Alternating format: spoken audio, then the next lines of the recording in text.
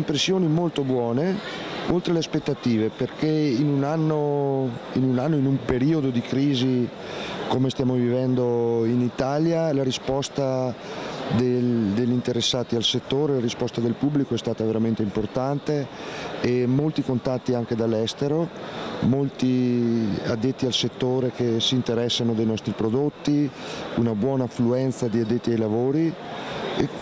Adesso i numeri dell'anno scorso giusti non li so, ma credo che ci sia stata più gente dello scorso anno, per cui il Vinitaly si riconferma una vetrina molto importante per i produttori di vino a livello nazionale.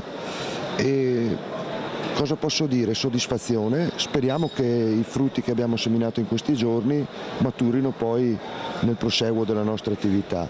La nostra società esporta in oltre 60 paesi, abbiamo oltre l'80% come gruppo Mezzacorona di esportazione in tutto il mondo, però i mercati principali dove abbiamo anche le nostre società commerciali sono Stati Uniti, sono Germania, e siamo nei monopoli di Canada e Nord Europa, e tutti questi contatti abbiamo implementato ancora di più i nostri mercati. Il Giappone per noi è un mercato importante, abbiamo avuto parecchi contatti di giapponesi che sono venuti, per cui diciamo che la nostra area di interesse più importante era tutta il Vinitaly. Noi con la Cina abbiamo iniziato 2 anni fa, abbiamo lì un resident manager e stiamo esportando in Cina. È un mercato nuovo, è un mercato difficile, è un mercato che necessita di risorse umane e anche di capitali, però abbiamo iniziato, lo stiamo seguendo e con calma lo stiamo implementando.